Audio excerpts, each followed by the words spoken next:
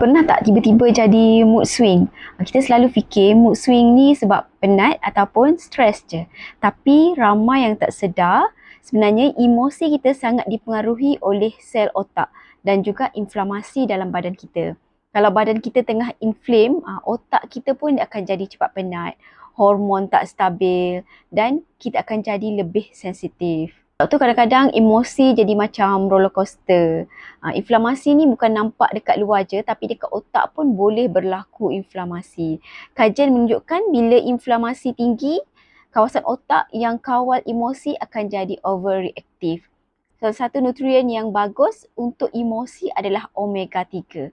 Omega 3 ni dia boleh bantu mengurangkan inflamasi, menyokong sel otak dan menstabilkan hormon tenang macam dopamin, serotonin. Bila otak kita lebih cool, mood kita pun akan jadi lebih steady sepanjang hari.